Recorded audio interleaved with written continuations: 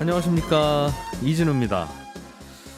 요즘 우리나라 경제가 어때요? 또는 주식시장이 어떻게 되고 있을까요? 라고 하는 질문에 대해서 답을 하기 위해서는 여러 지표를 저희가 관찰을 해야 되는데요. 그중에서 외환시장이 보내는 신호, 환율이 상당히 중요한 지표 역할을 합니다.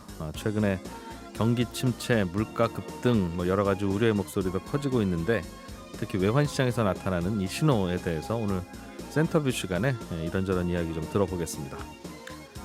요즘 IPO 공모주 상장 계획을 미루거나 철회하는 기업들이 많은데요.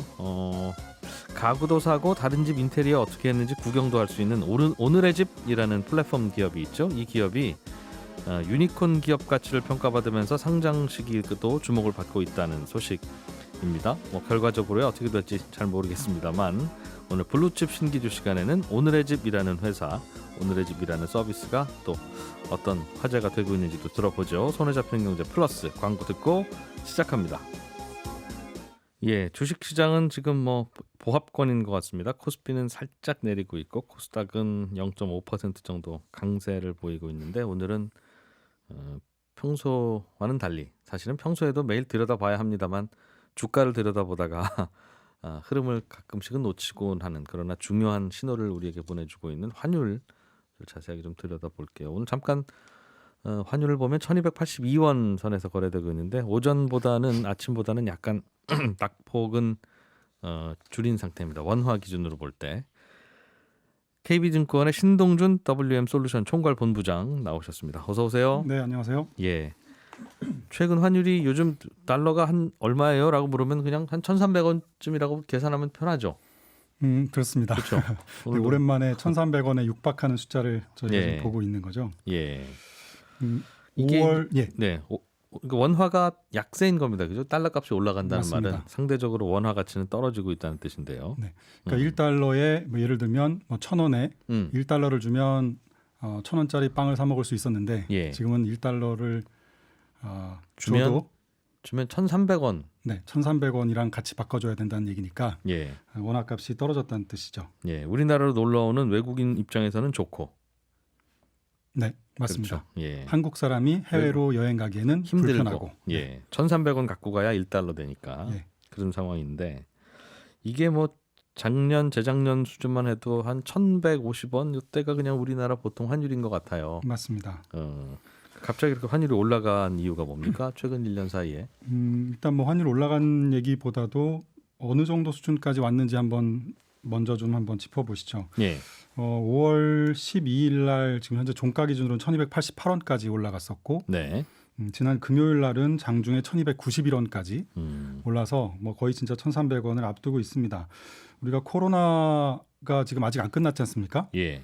근데 코로나 확산 초기에 이 공포가 금융시장을 사로잡았을 때 당시 올라갔던 환율 레벨이 1,285원입니다. 그때는 어디 잠깐 증권사들 특히 외환 부족해서 잘못하면 디폴트 날지는 몰라요. 이런 얘기 나올. 있었고, 예. 경기가 앞으로 엄청난 침체가 온다는 얘기도 있었고, 예. 그럼에도 불구하고 그 당시에 2020년 3월 정도였는데 1,285원까지 갔었거든요. 그때보다 환율이 더 높네요. 그때보다 지금 더 높아져 있는 수준인 거죠. 예. 네. 그래서 21일 날 아마 이번 주에 한미 정상회담에서 이제 통화 수합을 다시 체결해야 된다라는 이야기까지도 지금 나오고 있는 상황입니다. 통화 수합은 정말 우리 급할 때, 맞습니다. 진짜 외환 위기 그런 급일 때 보통 그게 왔다 갔다 하면서 체결하고 하는 건데, 그 얘기가 나올 정도예요. 환율 수준이 워낙 높다 수준으로만 보니까. 보면. 그리고 미국이 금리 인상을 강하게 지금 할 걸로 예상이 되고, 예. 원자재 가격 오르고 있고, 중국 경제 힘들고 이렇다 보니 뭔가 굉장히 지금 불안함이 가까이 와 있는 게 아니냐라는 네. 걱정들이 많이 있으신 거죠. 이럴 때일수록 어쨌든 달러를 좀 비상금으로 쓸 수 있도록 통화 수합 체결을 좀 하자라는 논의들이 좀 있는 거죠. 그래야 또 이러다 환국 위험해지는 거 아니야라고 생각해서 원화를 파는. 맞습니다. 외국인들도 좀 줄어들 수 있으니까. 이렇게 된 이유에 대해서는 어떻게들 해석하고 있습니까? 두 가지 정도를 좀 나눠서 볼 수 있을 것 같아요. 지금 말씀드린 여러 가지 불안한 배경들이 기본적으로 깔려 있는 것이고요. 첫 번째는 대외적인 요인, 그리고 두 번째는 대내적인 요인, 국내 우리나라 스스로 내부적인 요인이죠. 네. 대외적인 요인은 미국하고 중국입니다. 미국의 금리 인상이, 연준의 기준금리 인상이 굉장히 빠르게 진행이 될 가능성이 높다라는 두려움이죠. 네. 앞으로 두 번의 회의 동안 추가로 더 50bp씩 0.5%포인트씩 두 번 올릴 거다라는 뭐 의견이 네. 지금 뭐 거의 100% 이상 반영되고 있고요. 한국은행도 뭐 우리는 사실 이미 코로나 이전의 기준금리 수준까지 왔는데 미국이 저렇게 빨리 올리면 우리도 어느 정도는 좀 보조를 맞춰줘야 되는 게 아니냐라는 또 걱정 아닌 걱정이 있어요. 그래서 현재 시장에 반영되어 있는 수준을 보면 향후 6개월 동안 미국은 한 150bp, 한 1.5%포인트 정도 올릴 것이고 올릴 것으로 반영이 되어 있고 6개월입니다. 앞으로 6개월. 그러니까 올해 안에 그렇죠? 맞습니다. 거의. 한국은 100bp 정도 1%포인트 1% 정도 올릴 것이다. 그래서 지금 기준금리가 한국이 뭐 1.5%, 예. 미국이 상단 1%니까 예. 6개월 뒤면은 미국이나 한국이나 기준금리가 2.5%로 똑같아진다라는 음. 거죠. 예. 뭐 중요한 것은 미국은 인플레이션이나 디플레이션을 유발하지 않는 균형금리, 중립금리가 2.5%이지만 한국은 예. 미국보다는 당연히 높지 않겠습니까? 그래도 미국보다는 어린이니까. 네네. 예. 네. 그래서 이런 뭐 그동안의 한국과 미국의 금리 격차가 미국이 훨씬 높았다면 예. 점점 그 격차가 좁혀지고 있고 6개월 뒤 그 이후로 가면 결국은 역전이 될 수도 있지 않을까. 그 걱정들을 지금 하고 있는 것이고요. 당연히 기준금리가 높아지고 뭔가 경기는 또 미국보다 우리가 아직은 체력이 조금 약하다고 또 생각하니까 예. 뭔가 미국 쪽으로 자금이 좀 더 빠르게 들어가면서 원화가 좀 더 약세가 되는 원화를 팔고 미국으로 나가는 뭐 이런 수요들이 좀 있다고 봐야 되겠죠. 미국 금리가 앞으로 더 빠르게 올라갈 것 같으니 우리나라보다. 뭐 달러 예금을 이제 달러 예금을 가입하면 현재로서는 한국 원화 예금보다 이자가 낮지만 예. 올해 연말 내년 상반기 말 정도 되면 당연히 달러 예금을 했을 때 이자를 더 많이 주지 않겠습니까? 그렇겠죠. 게다가 달러인데 예, 그렇게 되면 이제 당연히 원화를 정리하고 달러로 넘어가는 수요가 해외로 나가지 않더라도 국내에 있는 달러 예금을 가입하는 수요도 뭐 마찬가지의 개념이니까요. 네. 그런 수요가 더 늘 수 있겠죠. 또 하나는 이제 중국인데요. 아시다시피 중국 경제가 지금 별로 좋지 않습니다. 더군다나 상해시를 지금 봉쇄를 하고 있는 단계고 예. 그 봉쇄가 지난 주말에 우리는 조금 풀릴 수도 있다라는 얘기 나오면서 최근 원화가 그나마 지난주 금요일 오늘 조금 진정되고 있는 건데요. 중국 경제가 우리는 또 경제는 뭐 중국에 또 훨씬 더 많은 영향을 받지 않습니까? 그렇죠. 네, 그래서 중국 경제가 부진하고 위안화 환율이 또 달러 대비 위안화 환율이 최근에 굉장히 빠르게 약세로 가고 있습니다. 그 영향도 지금 동시에 받고 있어요. 근데 여기서 하나 좀 뭐랄까요? 좀 재밌는 것 중에 하나는 홍콩인데요. 네. 홍콩은 경제는 중국의 영향을 받고 네. 그런데 홍콩 달러는 미국 달러에 지금 패그죠. 패그를 시켜놨지 않습니까? 예. 지금 숫자가 가물가물한데 6.75인가 그렇고 6.75에서 예. 6.85 뭐 이 정도 홍콩 달러로 패그를 네. 시켜놨는데요. 1달러당. 예. 그 얘기는 중국 경제가 안 좋으면 홍콩 달러가 약세가 돼야 되는데. 네. 홍콩도 중국이니까. 맞습니다. 예. 홍콩 달러가 약세가 돼야 되는데 지금 1달러랑 고정을 시켜놨기 때문에 예. 이 고정을 하려면 홍콩 달러를 매수하는 예. 당국에서 달러를 시장에서. 팔고 예. 달러를 팔고 외환보유고를 통해서 달러를 팔고 홍콩 달러를 매입하는 네. 그런 개입을 해야 합니다. 해줘야죠. 네, 예. 홍콩 당국이 지금 2019년 이후 3년 만에 처음으로 시장에 개입을 하기 시작했고요. 그거 맞추려고. 맞습니다. 중국은 경제는 안 좋은데 미국 따라서 기준금리 인상하면 똑같이 올리고 있기 때문에 달러 패그니까요. 네.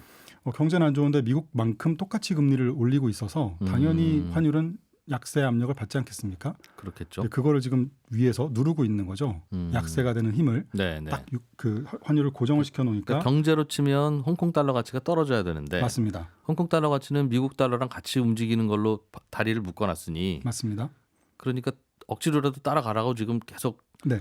다리를 찢고 있는 거네요. 그죠? 맞습니다. 기준금리를 대신 올리면서 예. 기준금리를 올리게 되고 아까 달러를 팔고 홍콩 달러를 걷어들이는 개입을 하다 보니까 예. 국내에 있는 유동성은 더 위축되잖아요. 그렇겠죠. 예, 그럼 홍콩 경제는 더 어려워지겠네요. 거죠. 예. 그래서 지금 홍콩 달러도 저 패그제가 혹시 깨지는 게 아니냐. 물론 그때 늘 주기적으로 나온 얘기지만 네. 또다시 이제 그런 얘기들이 좀 나오고 있는 상황입니다. 그렇군요. 홍콩도 불안하고 우리나라로 들어오는 달러의 양도 꽤 줄었죠. 물론 외국인 투자자들이 우리나라 주식 사러 들어오는 것도 그런 겁니다만 맞습니다. 수출을 통해서 벌어들이는 돈도 우리나라로 들어오는 달러의 양인데 네네. 그것도 뭐 워낙 석유 사는데 비싼 돈 달러를 써서 그런지 그 수지도 별로 좀 안 좋다고 그러고요. 맞아요. 그래서 지금 내부적인 요인 이제 두 번째인데요. 내부적인 요인 중에서도 이제 원자재 가격이 워낙 급등하다 보니까 네. 우리나라가 가장 많이 수입하는 것이 뭐 당연히 석유 아니겠습니까? 예. 그래서 무역 수지 흑자 규모가 지금 대폭 줄고 있고요. 올해 그러니까 작년 12월 이후에 지금 무역 수지는 한국의 무역 수지는 적자로 지금 전환돼 있는 상태입니다. 2월 달 한 달만 반짝 조금 흑자가 됐고 지난 4월 달에도 26억 불 정도 네. 적자를 본 상태예요. 예. 1월, 2월, 4월 지금 석 달 정도가 적자죠. 우리나라의 산업 구조의 특성상 원자재를 수입해서 가공하고 네. 중간재나 완제품을 수출하는 네. 뭐 이런 경제 구조 아니겠습니까? 예. 그래서 유가가 지금처럼 100불 위에서 100달러 위에서 아마 형성이 된다고 하면 올해 연간 무역 수지는 아마 적자로 전환될 가능성이 좀 있어 보입니다. 그러면 거기에 관광 수지까지 더하는 경상 수지는 네, 흑자 폭이 꽤 줄어드는 맞습니다. 건가요? 예. 그럴 가능성이 상당히 높죠. 더군다나 해외 주식을 워낙 또 많이 요즘에 하시잖아요. 네. 해외 주식 작년 한 해 동안 우리나라의 무역 흑자 규모가 293억 달러인데요. 예, 예. 거의 300불 정도 되는데, 예. 300억 불 정도 되는데 해외 주식 투자액이 686억 달러입니다. 그러니까 미국이 애플 주식 우리나라에 수출한 거죠. 그렇죠. 우리는 그거 수입한 거고. 우리가 2배 이상 테슬라 주식 이런 거를 물건 팔아서 산 예. 돈보다 우리가 해외 주식을 사러 수입한 나가서 거예요. 네, 예. 나간 돈이 2배 이상 많다라는 거죠. 물론 이거는 나중에 이제 언젠가 전 세계 경제가 불안해져서 애플 주식까지도 팔아서 네. 한국으로 돌아오려는 수요가 만약에 있다면 그때는 도움은 되겠네요. 도움은 아유, 되겠지만 우리 한참 달러 없는데 잘 돌아오셨습니다. 예, 근데 예. 그 정도 위험할 때는 애플을 팔아서 과연 원화로 환전을 할까? 아, 네, 예전에 이제 일본 같은 경우에는 예, 예. 그런 경우에 경제가 안 좋을 때 네. 미국 주식을 팔아서 혹은 미국 채권을 팔아서 예. 엔화로 환전해서 들어오는 수요가 네. 엔화가 오히려 안전자산처럼 보이게 아. 경제가 나쁠 때 엔화가 오히려 더 강해지는 엔화 가치가 네. 그런 현상들이 있었거든요. 네. 뭐 워낙 무역 수지 흑자 규모도 컸고요. 그런데 지금 한국은 과연 우리나라 사람들도 미국 주식이 불안할 때 미국 주식을 팔고 한국 원화로 바꿔서 들어올 것인가 아니면 그냥 주식은 팔지만 달러로 보유할 것인가. 야, 그것도 고민거리네요. 네, 그것도 경제 하나의- 위기가 와서 환율이 막 맞습니다. 1,400원, 1,500원 올라가면 네, 애플 주식을 팔아서 네. 과연 원화로 그 가격에 환전할 거냐. 그렇죠. 경제가 불안하고 달러가 오히려 더 강해지고 주가 하락하고 그러면 더 갖고 있을 수도 있고 더 살 수도 있고 달러를. 그렇죠. 오히려 그때는 가지고 있는 달러로 한국 사람들이 워낙 적극적이시니까 네. 오히려 그때는 금리가 하락하지 않겠습니까? 그렇죠. 네, 그럼 오히려 그걸로 미국 국채를 살 수 있는 또 가능성도 있죠. 요즘 워낙 사기가 쉬우니까요. 그래서 전반적으로 이런저런 사정들이 다 환율은 올라가는 즉 네. 원화가 약세가 되는 그런 쪽으로 이렇게 저렇게 움직이고 있다는 뜻이네요. 맞습니다. 체력들이 지난 뭐 10년, 20년 동안에 본 것 비해서 체력이라는 표현보다는 뭐 구조적인 변화들이 네. 좀 있지 않았나 하는 생각이 드네요. 야, 이거는 정말 아무도 모를 겁니다만 네. 이 1,300원 근방 안팎의 환율이 네. 이제는 뉴노멀이 되는 쪽입니까? 시장 분위기가 어때요? 아니면 뭐 이러다가 또 다시 한 넉넉 잡고 2, 3년 지나면 뭐 다시 1,100원대, 1,000원대 오겠지 쪽입니까? 근데 하나 좀 그나마 좀 다행스럽다고 할까요? 우리나라 환율만 보면 뭐 팬데믹보다도 지금 더 예. 약세다라는 말씀드렸지만 전 세계 달러 말고 음. 달러 대비 다른 나라들하고 이렇게 줄을 세워 보면 한국의 원화가 그렇게 또 약하진 않아요. 예. 우리는 덜 떨어진 상대적으로 좀 덜 떨어졌죠. 거예요. 예, 덜 떨어져서 우리가 오히려 중간보다 조금 위에 네. 위치해 있습니다. 그래서 다른 뭐 신흥시장이라든가 다른 선진국도 비슷한데요. 네. 그런 나라들이랑 비교해 봤을 때는 여전히 달러보다는 우리가 약하지만 네. 다른 나라보다는 조금 더 가지근 강한 그런 흐름이라고 보시면 될 것 같습니다. 야, 그럼 이게 안 그래도 이 질문을 좀 들어보려고 했는데 원화가 이렇게 약하면 우리가 수출을 할 때는 도움이 되지 않습니까? 이런 네. 질문인데 네. 방금 설명해 주신 대로 야, 이 사람아 그래도 한국 돈은 덜 떨어진 거야. 다른 네네. 나라 돈은 더 떨어졌어라고 하면 그 다른 나라와 경쟁을 해야 되는 우리나라 수출품은 그렇죠. 오히려 더 부담이겠네요. 맞습니다. 미국에 비해서는 우리가 약해졌지만 뭐 아까 중국 위안화라든가 일본 돈. 뭐 그쪽에 비해서는 우리가 더 그나마 좀 덜 떨어졌다면 맞습니다. 네. 수출에는 별로 도움 안 된다. 그들이랑 경쟁해야 되니까. 뭐 그럴 수 있죠. 근데 그 부분은 뭐 다변화를 할 수도 있고 아직 공장들이 또 해외 미국에 많이 나가 있기도 하고 뭐 예. 다양한 변수들이 있어서 꼭 그렇게 얘기하기는 좀 어렵지만 어쨌든 원화가 일방적인 약세는 아니다. 네. 다른 나라들이랑 비교했을 때는 한 중간쯤 와 있고 대신 달러에 비해서는 상당히 약세로 와 있기 때문에 네. 한국의 수출 기업들의 입장에서 보면 이게 그냥 환율의 문제라기보다는 한국의 경기는 사실 글로벌 경제가 좋을 때 네. 수요가 많아질 때 아까 한국은 중간재와 완제품을 수출하는 나라이기 때문에 예. 그럴 때 한국의 원화가 오히려 더 강했어요. 네, 미국 경제보다 한국의 뭐랄까요? 뭐 좋을 땐 훨씬 좋고 나쁠 땐 훨씬 나빠지는 이런 효과 때문에 글로벌 경제가 좋으면 외국인들도 한국 주식을 많이 사고 네. 그러면서 한국의 원화를 사니까 원화도 강해지고 달러 대비 원화 환율이 하락하는 이런 현상이었는데 최근에는 이제 반대 방향의 효과가 있는 거죠. 또 원화 약세가 되면 원자재 가격이 최근에 오르고 있기 때문에 네. 오히려 수출에는 좋지 않겠는가라고는 하지만 수입 물가가 원자재 가격이 오르니까 수입 그렇죠. 물가가 올라가잖아요. 비싸죠. 예. 그래서 기업의 수익성에는 생각보다 수요는 또 조금 부진해질 가능성이 높고 수입 물가는 계속해서 올라가고 있기 때문에 기업의 수익성에는 좀 부정적인 영향을 주고 있습니다. 최근에 일본도 비슷한 흐름이에요. 엔화가 뭐 거의 130엔 정도까지 20년 내 최저치까지 네. 엔화 가치가 지금 떨어져 있는 상태입니다. 우리랑 비슷한 상황이라는 거죠? 어떻게 보면 우리는 20년 내 최저치는 아니잖아요. 네.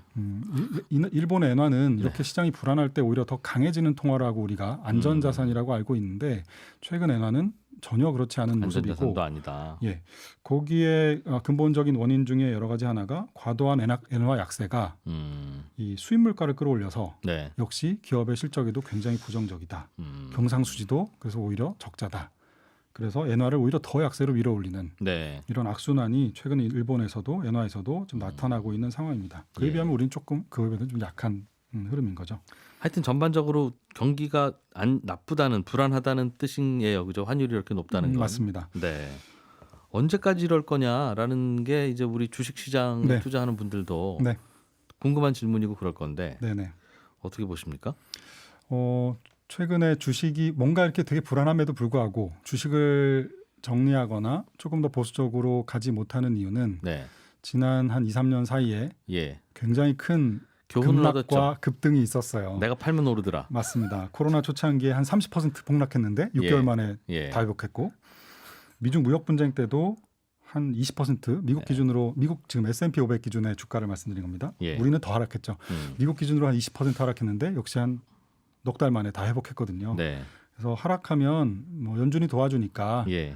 사면 되더라라는 학습 효과가 굉장히 커요. 네. 그런데 두 번의 케이스는 지금 잠깐 뭐 힌트를 드렸던 것처럼 모두 다 중앙은행의 통화 정책을 둘 다 긴축적으로 가다가 예. 두 번 다 위기가 터지니까 급격하게 금리를 내려준 때입니다. 네. 당연히 인플레이션이 안정되어 있을 때고요. 근데 지금은 뭐 아시다시피 물가는 경제적인 이슈이기도 하지만 그거를 넘어서 지금은 정치적인 이슈이죠. 우리나라 그 윤 대통령도 취임 첫 일성이 예. 물가를 잡아야 된다라는 이야기를 하셨고 네.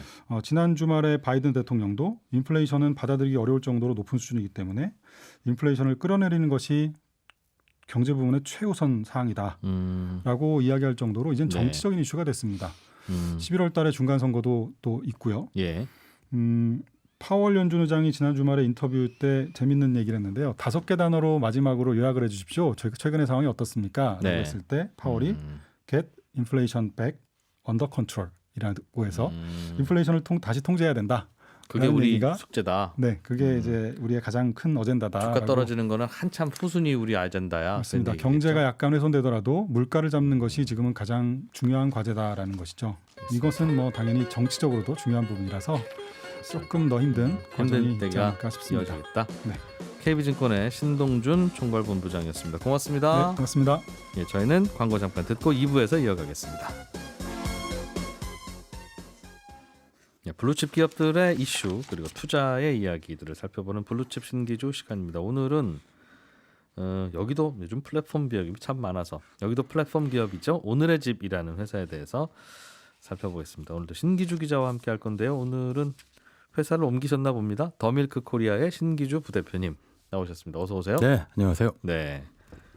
뭐 우리에게는 늘 신기주 기자님이죠. 뭐. 네, 언제나 변함없이. 알겠습니다. 오늘은 오늘의 집 이야기. 네, 오늘의 집이요. 네, 이게 앱이죠?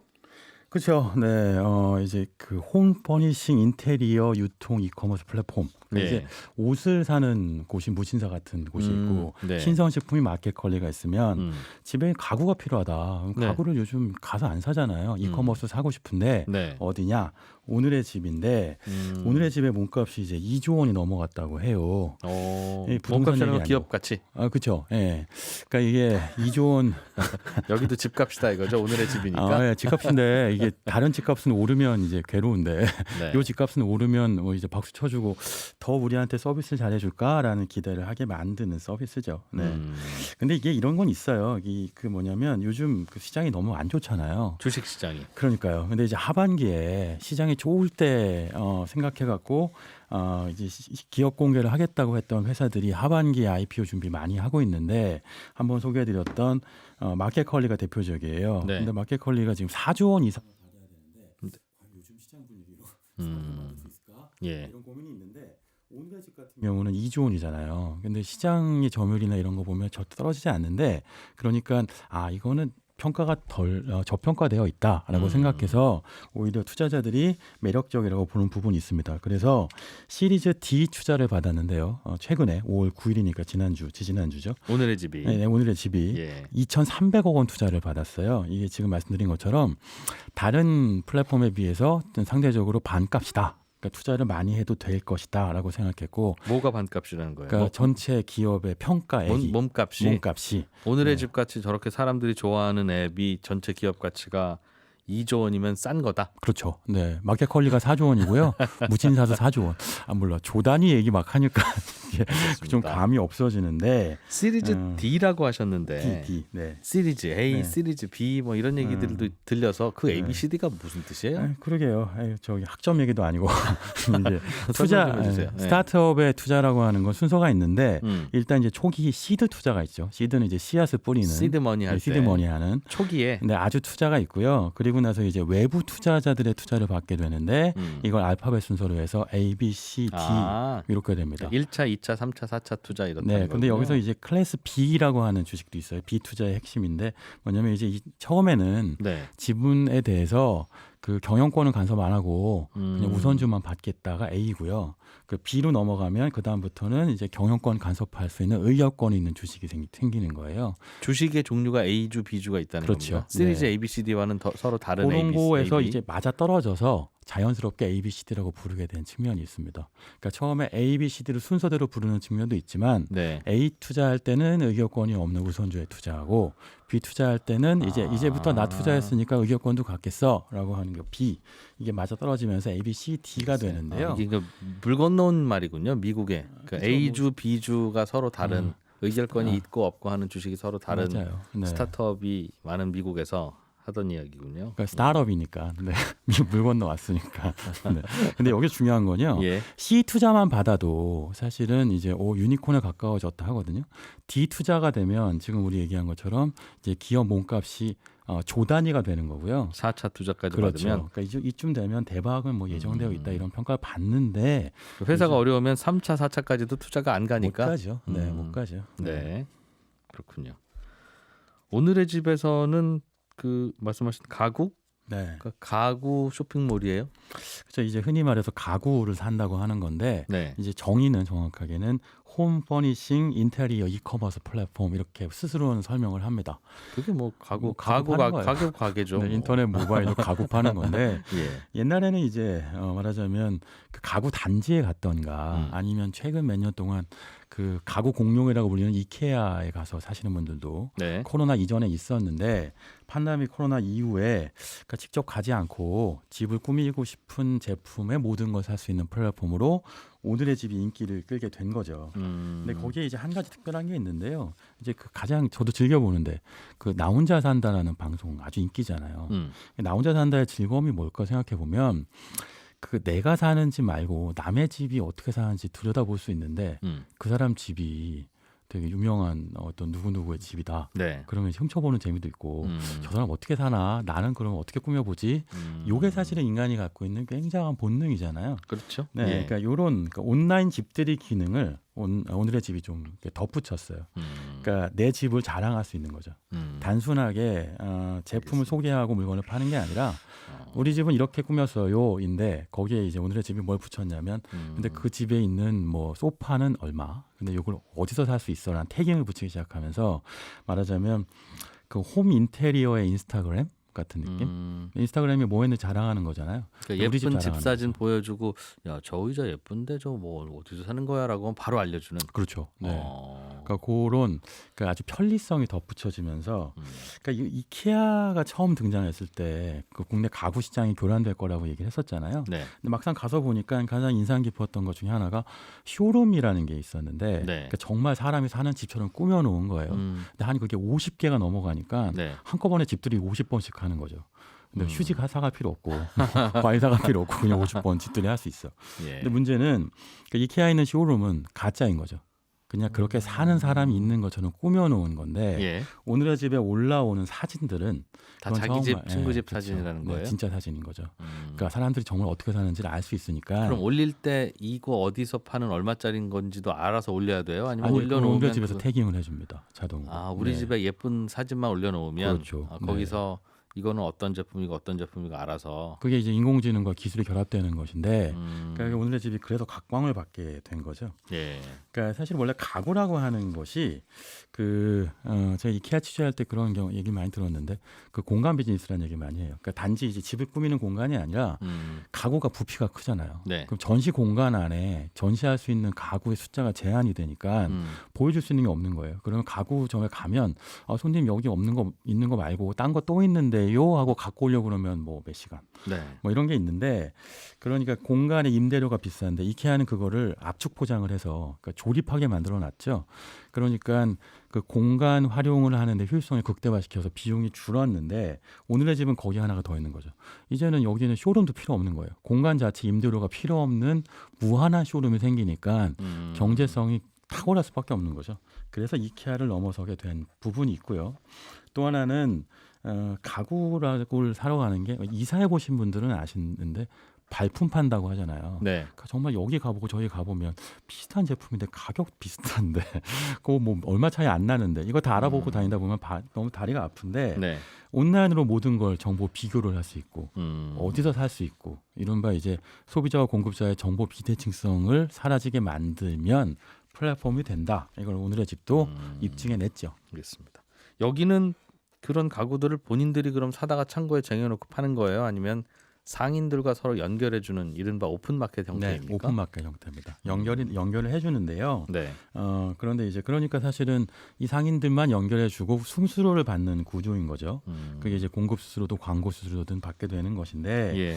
최근의 흐름은 이제 최근에 2,300억 원이 다 투자 받고 나서 이제 말하자면 그 단지 연결만 해주는 게 아니라 그렇게 되면 사실 어쩔 수 없이 배송 속도가 느려지잖아요. 네. 그러니까 그러지 말고 그 이제 말하자면 이베이처럼 어느 정도까지는 풀피먼트를 좀 해보자. 해서 배달은 우리가 해줄게. 그렇죠. 네. 가구 창고나 그런 건 저쪽에서 알아서 하더라도. 그렇죠. 네. 그러니까 이게 그 컬리 같은 신선식품은 당일 배송, 새벽 배송 핵심이잖아요. 예. 근데 이제 가구는 당일까지는 뭐 그렇게까지 뭐 필요한 사람은 있겠지만 이길 배송까지는 해줘야 되는 상황이 된 거죠. 네. 소비자들이 더 이상 기다려주지 않으니까 인내력이 높지 않으니까 그 이길 배송을 하기 위한 투자를 하는 것이 핵심입니다. 만약 이거를 성사시키면 그러면 오늘의 집이 몸값이 더 올라가겠죠. 확실히. 그러고 보니까 우리의 의식주가 결국은 사람은 돈 생기거나 여유가 있거나 하면 의식주의 수준을 업그레이드 시키려고 다들 그러는데 맞아요. 말씀하신 최근에 스타트업 중에 몸집 커진 이른바 유니콘이라고 하는 옷은 무신사? 네, 무신사가 1등이죠. 네. 식은 방금 말씀하셨던 뭐 신선식품이라은 하면 네, 마켓컬리 뭐 배달의 민족, 마켓컬리 등등. 사실 뭐 경쟁이 치열하죠. 네. 그리고 주는 주는 오늘의 집. 네. 그렇게 보시는 그렇게 거군요. 된 시장에서는. 그러니까 보통 왜 그 돈이 생기면 의식주로 이제 취향이 확대된다고 하잖아요. 예. 가장 마지막에 이제 유니콘이 된 올해 18번째 유니콘 이번에 그러니까 이제 오늘의 집인 거죠. 네. 여기는 얼마나 된 회사고 누가 창업했습니까? 요게 무신사하고 출발점이 되게 비슷한데요. 처음에 이제 무신상 인테리어가 많은 커뮤니티에서 출발했다고 해요. 이거 창업한 인물이 이승재 대표인데 네. 그 첫 번째 창업이 아니에요. 원래는 그 대학교에 다닐 때 2011년에 그 이큐브렉이라고 하는 스마트 쓰레기통 개발 사업을 했었거든요. 이큐브렉. 네, 이게 뭐냐면 쓰레기통인데 분리수거를 편리하게 해주겠습니다. 뭐 이런 거죠. 네. 근데 이거 하다 보니까 왜 보통 스타트업 창업할 때 많이 꿈꾸는 게 우리 회사도 구글 본사처럼 만들 수 없을까? 네. 근데 막상 해보면 그게 말이 안 되잖아요. 이제 인테리어를 하려고 애를 쓰다가 비용이 너무 비싸니까 부르는 게 값이잖아요. 그러니까 본인이 직접 인테리어 시공을 해본 거예요. 네. 그랬더니 이 시장이 너무 정보가 없고 비대칭이구나. 소비자들이 너무 불리하다. 이걸 도와줄 수 있는 정보 플랫폼을 만들어주면 대박이 나겠다 싶어서 학교 다닐 때 이제 2013년에 경진대회에 나가서 1등을 하고 2014년 7월에 오늘의 집 앱을 출시했는데 네. 이 시기가 굉장히 흥미로운 게요. 2014년 12월에 네. 이케아가 한국에 상륙해요. 2014년 15년이 말하자면 한국에서 어떤 그 가구나 인테리어, 홈 퍼니싱에 대한 어떤 트렌드가 바뀌는 시기였는데 이 문대가 맞은 부분이 이때 이제 요거 창업한 거죠. 네. 시기는 맞았는데 초반에 어쨌든 이 플랫폼화 하기 위해서 시간이 오래 걸려서 초반에는 매출이 한 2년 동안 없었대요. 0원이었다고 하더군요. 근데 그리고 나서 그때 당시에 했던 것 중에 하나가 플랫폼 서비스를 하기 어려우니까 커뮤니티화 시키면서 아까 잠깐 말씀드린 것처럼 무신사처럼 인테리어 사진이 가장 많은 커뮤니티가 된 거예요. 근데 커뮤니티와 플랫폼은 굉장히 닮아 있잖아요. 사람들이 모여서 커뮤니티 안에서 정보를 공유하는데 그걸 자동화시키고 이제 커머스를 화시키면 플랫폼이 되는 거니까 그렇게 해서 지금은 누적 거래액이 2조 원이고 네. 2021년 총 주문자 수가 240만 명이 되는 유니콘이 된 거죠. 기업 가치는 2조 원인데 대략 뭐 월간 거래액이나 혹은 뭐 이익은 냅니까? 아니면 아직도 적자입니까? 네, 이익 얘기하시면 좀 작아지는데 이익을 못 내요. 네, 이게 지금 컬리 뭐 사실 쿠팡 뭐 다 마찬가지인데 혹시 무신사는 어때요? 무신사도 무신사는 그래도 좀 나은 편이라고 하는데도 여전히 네. 우리의 의식주를 거죠. 지배한다는 유니콘들이 다 적자예요? 그렇죠. 네. 이제 사실은 아시다시피 플랫폼 비즈니스의 핵심은 네. 시장 점유율을 빨리 높여서 시장 지배력을 강화시키면 네트워크 효과가 생긴다는 거잖아요. 네. 그러니까 이제 아직은 그 단계에 있는 회사들인데 여기서 이제 모든 게 다 아마존 모델이죠. 근데 문제는 우려되는 것은 아마존도 사실은 지금 커머스로 돈을 버는 게 아니고 네. AWS라고 하는 이 클라우드 서비스 돈을 번다고 하니까 이 플랫폼 비즈니스가 돈을 벌려면 그런 식의 캐시커브를 찾아내야 되는 숙제들이 있어서 그 숙제를 그렇네요. 찾아내면서도 그러면서 몸집을 키우고 있는 상황인 거죠. 네. 그러니까 뭐 의식주가 다 마찬가지지만 옷도 그렇고 뭐 신선식품도 그렇고 인테리어 용품들도 그렇고 이렇게 팔면 편리하기는 한데 네. 이익을 내려면 그러면 가격을 올려야 되잖아요.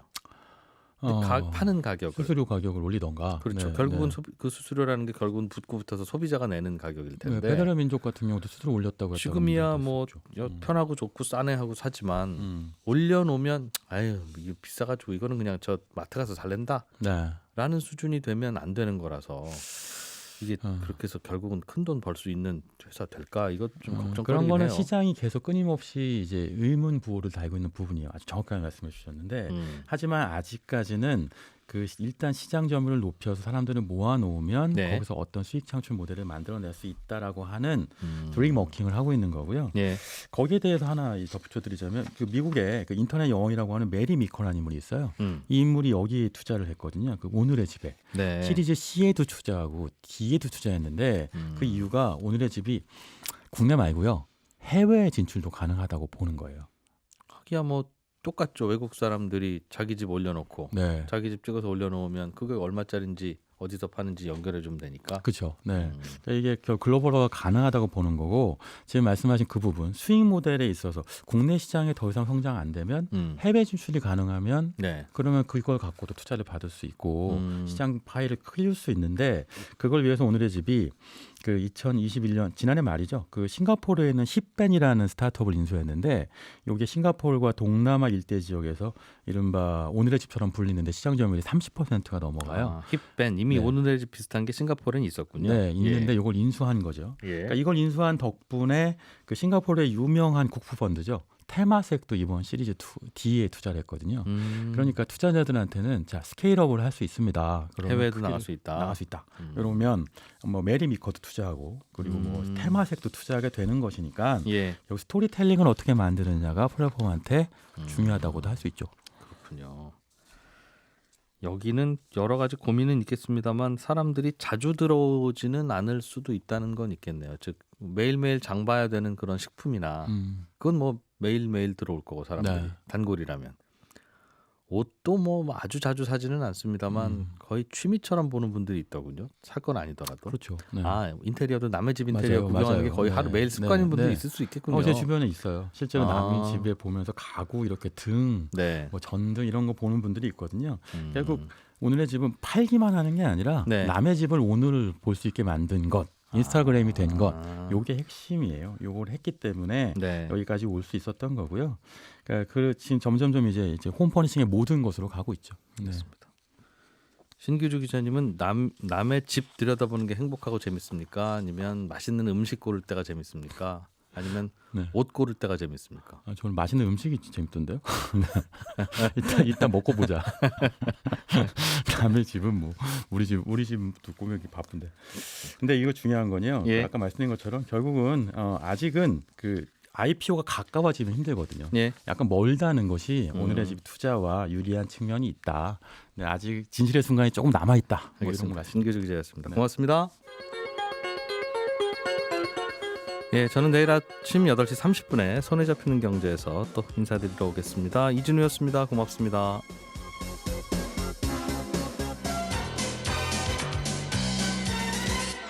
더 깊고 더 재미있는 경제 이야기.